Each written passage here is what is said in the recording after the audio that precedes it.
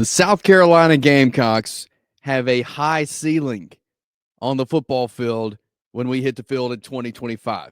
That's what I think. I'm going to spend the next few minutes talking through that on why I think South Carolina has a high ceiling coming into 2025. And so I'm glad you're watching here on Southeastern 16. If you have not subscribed to our channel, do that right now. As you're watching this, hit that subscribe button, and we bring you SEC football, basketball, and baseball content year-round here on the channel. And I think there's a lot of excitement right now about South Carolina football, and rightfully so. What we saw this year from the Gamecocks is a team who, at the beginning of the season, they lost that game to LSU, and it was a dagger. You know, I thought that was a game they could have won. Obviously, some calls down the stretch didn't go their way.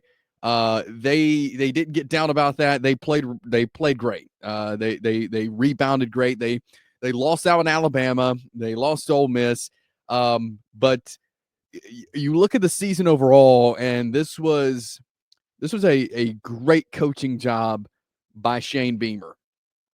And I say it was a great coaching job by Shane Beamer because there was at no moment that you felt like this team was in big trouble. And he did a great job game planning for some tough teams in this league. And they did a great job altogether. Obviously, the coaching staff of putting LaNorris Sellers in good situations.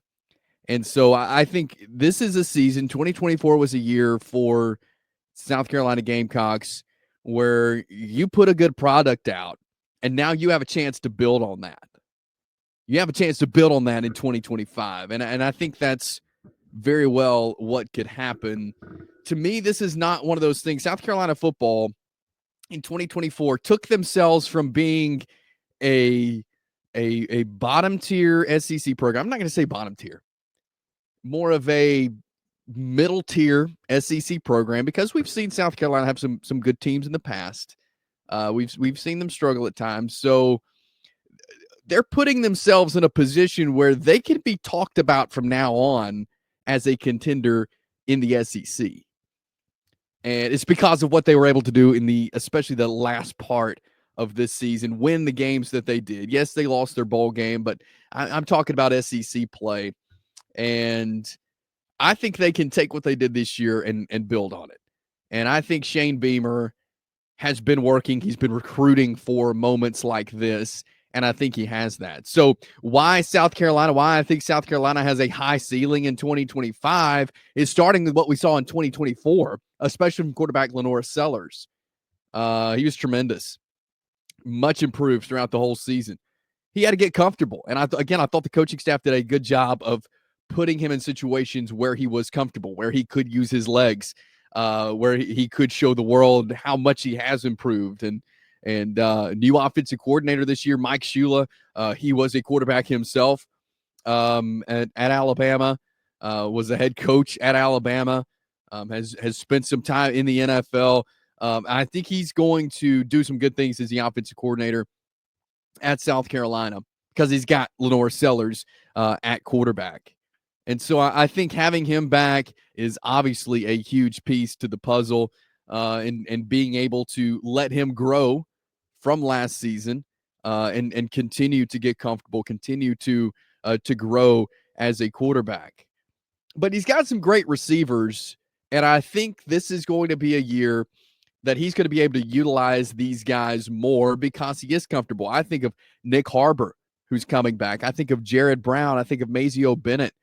These guys, those are just three receivers that I think could be a big part of South Carolina this year for the Gamecocks. And to have a quarterback who is more comfortable and can get it to him, look, I think that could be a big part of South Carolina this year. And so those are three receivers that I think you need to keep your eye on this year is Harbor, Brown, and Bennett. And I think they'll be adding more pieces, and we'll learn more about some of the other offensive weapons they have through the spring and as we get closer to the season. But I think when you have a guy like LaNorris Sellers leading your offense, that whoever is around him, he's going to make them better. Because we saw him get better throughout the year. So therefore, he is going to make players around him better. And so I think that's definitely a reason that South Carolina has a high ceiling. Look, I thought the offensive line was playing. They were giving LaNorris Sellers time. They were opening up holes for him to run. They were opening up holes for Rocket Sanders to run. I thought the offensive line definitely improved throughout the year as well. And you can talk to anybody. The game is won in the trenches. You've got to have a good line on both sides. So I think the offensive line was much improved throughout the year. I thought they did a good job of letting LaNorris Sellers do his thing, but also that defensive line was great as too. We talked all season about how great the defensive line was, the pass rush, the defense for the Gamecocks. I think both lines, offensive and defense, are going to be strong again this year. Now, there's going to be different faces on both sides, but I think South Carolina is in position where they're going to be good in the trenches, which is what it takes to win in the Southeastern Conference, and I think South Carolina has that. Dylan Stewart back on the edge, so I think that's definitely a bonus to have a guy like him on the front of the defense and to make things happen. While Kyle Kennard will not be back, obviously he'll be moving on in his career.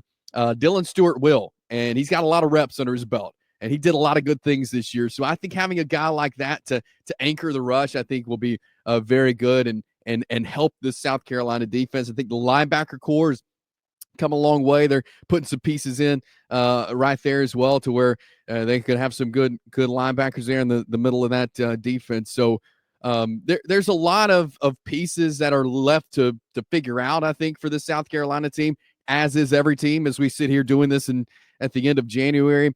But to me, for South Carolina, there's more answers than questions, which is a very good thing going into the offseason after a good season this year for South Carolina. A lot of times for a team like South Carolina, we do have a lot of questions of how is their offense going to work and what's their defense going to look like. I think there's more answers to questions this year for South Carolina, and I think that will definitely help the Gamecocks do some big things coming up in 2024.